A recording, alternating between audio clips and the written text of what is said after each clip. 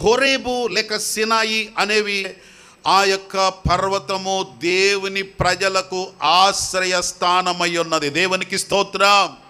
ఈ లోకములు సరి అయిన ఆశ్రయము లేనప్పుడు, ఎవరినైనా ఆశ్రయించదగినటువంటి మనుషులు లేనప్పుడు, ఆశ్రయించేటువంటి స్నేహితులు లేనప్పుడు, ఆశ్రయించదగిన వ్యక్తులు లేనప్పుడు, ఆశ్రయ స్థానము లేనప్పుడు, మనుషులను ఆశ్రయించడానికి లేక ఆశ్రయించే తల్లిదండ్రులు, ఆశ్రయించడానికి పిల్లలు, ఆశ్రయించడానికి బంధువులు ఎవరు లేనప్పుడు ఆశ్రయ స్థానము ఒక పర్వతం ఉంది. అది దేవుని పర్వతం అయి ఉన్నది. చప్పట్లు కొట్టి దేవుని నామాన్ని మహిమ పరుదా.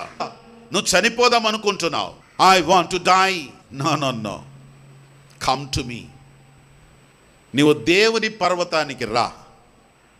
నీకు ఆశ్రయము కలిగించి, నిన్ను బలపరిచి, నిన్ను శక్తితో నింపి, నిన్ను నూతన బలముతో నింపేటువంటి దేవుని సన్నిధికి నువ్వు రా.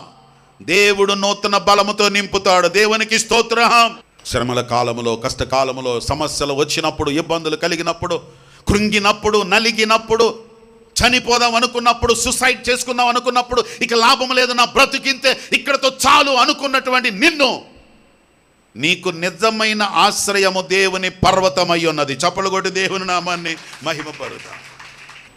యెహోవా పర్వతము, దేవుని పర్వతం నిజమైన ఆశ్రయ దుర్గమై ఉన్నది. దేవునికి స్తోత్రం.